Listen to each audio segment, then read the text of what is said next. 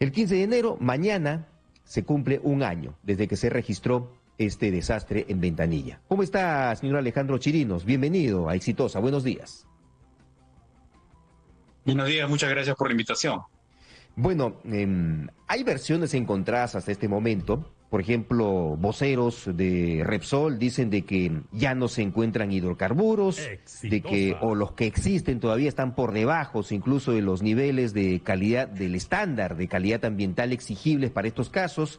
Sin embargo, el Ministerio del Ambiente dice que aún hay presencia de hidrocarburos en ese ecosistema y en las zonas aledañas impactadas por este hecho, y que sí, aún representan un peligro para el ser humano. A ver, ¿cuál es su concepto justamente a un año ya casi de este derrame de uno de los peores que hemos tenido en el litoral peruano?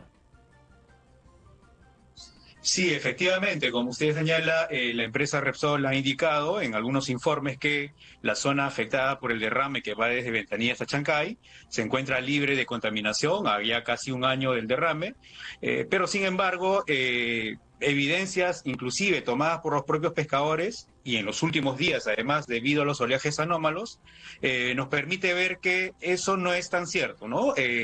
Las olas, los oleajes, las corrientes marinas, en estos últimos días han ido botando a la orilla estas burbujas, estas bolas de petróleo e hidrocarburo que estaban sedimentadas en el fondo marino, con lo cual pues hay un indicador de que realmente no se ha hecho la limpieza adecuada, no se ha hecho la descontaminación que se exigía, y por último no están rehabilitados los ecosistemas que han sido dañados. Entonces, lo que nos sorprende es que se emitan informes técnicos que indiquen pues que el mar está completamente descontaminado, lo cual no es así. La naturaleza misma está generando la información a partir de sus condiciones físicas y ambientales, y es lo que hemos podido apreciar en estos últimos días, ¿no? Estos informes, entonces, engañosos, que no se suscriben a la realidad, podrían determinar el inicio de más acciones legales, entonces, ¿no? Por parte de la autoridad correspondiente. Sí, sin duda, porque se está, digamos, falseando información, no se está recurriendo a entregar información real, y es lo que ocurrió al inicio del desastre también, ¿no? Recordemos que al inicio del desastre, la actitud de negar la ocurrencia de este gran desastre en la zona, O minimizarlo. no nos permitió ni al Estado ni a los que estamos, digamos, detrás preocupados por la situación, poder actuar de la manera correcta para poder contener la contaminación hacia el norte. Entonces, este es un gran problema y, como bien dice usted, podría determinar pues algunas acciones legales en el futuro o en el próximo, ¿no? Ahora, ¿cuánto tiempo realmente, si se hubieran tomado las medidas correspondientes, si hubiese contado con todos los equipos técnicos, esta experiencia nos enseña de manera muy dura qué es lo que se tiene que hacer en adelante? ¿Cuánto tiempo realmente se hubiera tenido que invertir para poder limpiar la naturaleza en esa zona afectada por el derrame? Bueno, en un balance que hemos hecho en Cooperación, nosotros creemos que si se hubiese reaccionado de manera inmediata y con mucha responsabilidad, es muy probable que el día de hoy no estuviéramos lamentando los impactos que ha afectado a más de 10.300 personas en la zona. Es decir, los primeros momentos de la reacción son fundamentales para haber evitado el tamaño, ¿no es cierto?, de daño que se ha realizado hasta el día de hoy. Entonces, creemos que allí hubo un descuido enorme por parte de la empresa responsable del desastre, pero también debido a la lentitud del Estado. El tema es que si no se contaba con la información precisa de lo que estaba ocurriendo, era muy difícil tomar decisión. Además, recordemos que durante los primeros días todos estuvimos preguntando dónde estaba el plan de contingencias, ¿no?, que permitiese poder evitar este daño tan enorme en el mar peruano, y durante semanas no encontrábamos ese plan de contingencia que la empresa estaba obligada a presentar y activar cuando ocurriese este tipo de accidentes, ¿no?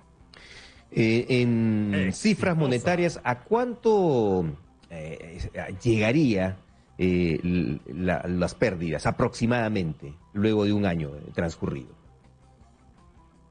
Bueno, justamente lo que se requiere es la valorización económica del daño ocasionado. Hasta el día de hoy no tenemos el reporte oficial de cuál es el daño que ha ocurrido en términos económicos, contabilizando no solamente el trabajo de las personas afectadas, pescadores de orilla, comerciantes, transportistas, sino también el daño ocasionado al ecosistema, porque recordemos que los ecosistemas valiosos que han sido afectados tienen un valor económico, son la zona donde se reproducen las especies comerciales que los pescadores utilizan en las actividades pesqueras, y por lo tanto hay, digamos, una incertidumbre sobre cuánto es el daño.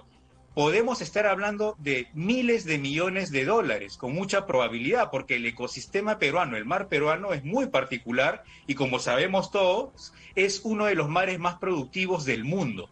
Peculiar por sus condiciones geográficas, ambientales, físicas, químicas, y además recordemos y tengamos en cuenta que la zona de Ventanilla hasta Chancay constituye un corredor de pesca artesanal caracterizado por su alta productividad debido a que se desarrolla pesca selectiva, es decir, los pescadores que han sido afectados son pescadores de orilla que desarrollan o utilizan artes de pesca que son altamente selectivas, que no dañan el ecosistema y que por el contrario permiten la reproducción permanente de las especies. Entonces, hay un componente de alto valor económico y eso es lo que se ha perdido en este caso con el desastre, ¿no?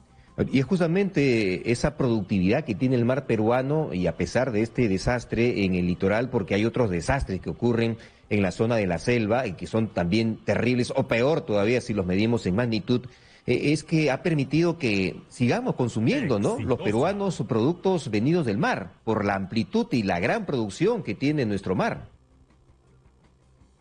Efectivamente, nuestro mar peruano tiene unas condiciones ambientales, físicas, geográficas, químicas, que lo hacen peculiar en el mundo, ¿no? Además, recordemos que la confluencia de dos corrientes marinas, como la de Humboldt, la corriente fría en el sur, y la corriente del Niño, más caliente, la del norte, confluyen en la costa y permiten, pues, con los vientos este afloramiento que hace posible la cantidad de especies que tenemos en la costa. Por eso decimos que la actividad pesquera dañada con el derrame es la que más ha perdido, porque es la que depende directamente de la salud del ecosistema.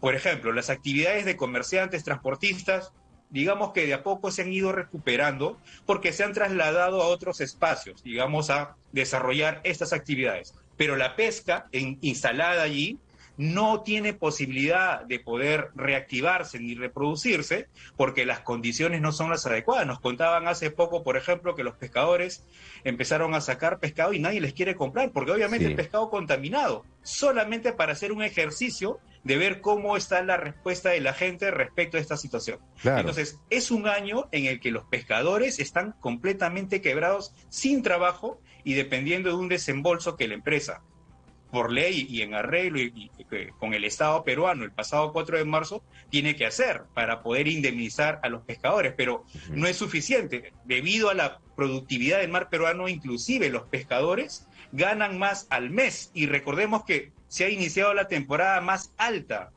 en la zona. Estamos en el verano, en el que las especies abundan y en el que los pescadores podían trabajar sin problemas y generar mayores ingresos al promedio que hacen durante el año, ¿no? Eso es correcto. No hay ningún tipo de comparación entre lo que ellos reciben por ingresos mensuales o semanales, diarios, que es lo que pueden producir cuando dan a la faena en el mar, en la zona en donde ellos están trabajando. Pero de otro lado, ¿se ha podido verificar también si es que se han mejorado los sistemas de operaciones de descarga del crudo en la zona de las multiboyas, el terminal de multiboyas número 2 de la refinería de La Pampilla, y que está a cargo de Repsol? ¿Se ha mejorado este sistema? Porque en estos días tenemos también oleajes anómalos. ¿Se suspenden temporalmente o se sigue con esa descarga a pesar de los oleajes? Esto en función del equipamiento tecnológico con el que se pueda contar. ¿Se ha mejorado eso o no? ¿Qué han verificado ustedes? Ese es un aspecto importante, ¿no? A partir del desastre, las lecciones aprendidas que se puedan sacar. Y efectivamente, una de las razones que indicaban el origen de este desastre tenía que ver con la falta de mantenimiento de los ductos que permitían la descarga desde los buques, ¿no es cierto?, cargueros de petróleo hacia la zona de La Pampilla. Entonces, lo que debe hacerse, creemos, a partir de reforzar la vigilancia por parte del Estado, es que este sistema de descarga mejore. porque no es la primera vez que ocurre en la zona. Ya pescadores nos han indicado que anteriormente ha ocurrido en menor tamaño, en menor proporción, pero esta vez, para las dimensiones del desastre, 11.900 barriles derramados, indicaban que no se habían hecho los mantenimientos adecuados. Nosotros esperamos, así juntamente con los pescadores, que realmente el Estado cumpla sus funciones y supervise que este mantenimiento, que estos procesos de mejora en el sistema de descarga se hayan dado en este año que ha pasado del desastre.